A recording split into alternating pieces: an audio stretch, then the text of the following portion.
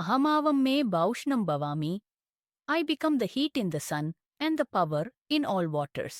பகவத்கீதா. இந்த வார்த்தைகளுக்கு உயிர் கொடுத்தது மச்ச அவதாரம். பிரளயத்தில் உலகம் முழுவதும் கடலால் மூடப்பட்டது.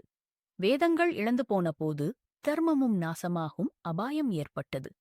அந்த நேரத்தில் விஷ்ணு ஒரு மீனாக அவதரித்து மன்னர் சத்யவர்த்தனிடம் தோன்றி வேதங்களை பாதுகாக்கும் பணியை எடுத்துக்கொண்டார். ஒரு சிறிய மீனாக ஆரம்பித்து அவன் வளர்ந்து பெரிய மீனாக அப்பெரிய பேரழிவில் வேதங்களை மீட்டார். இந்த அவதாரம் சொல்கிறது, அறிவு அழிக்கப்பட முடியாது, தர்மம் மறைக்கப்பட முடியாது. பகவான் தன்னை அறிவாகவும் நீராகவும் காட்டுகிறார். கீதையில் சொன்னது போலவே மச்ச அவதாரம் வேதம் காப்பது, அகழ்ச்சி அறிவையும் தர்மத்தையும் காப்பது என்ற உண்மையின் உருவம்.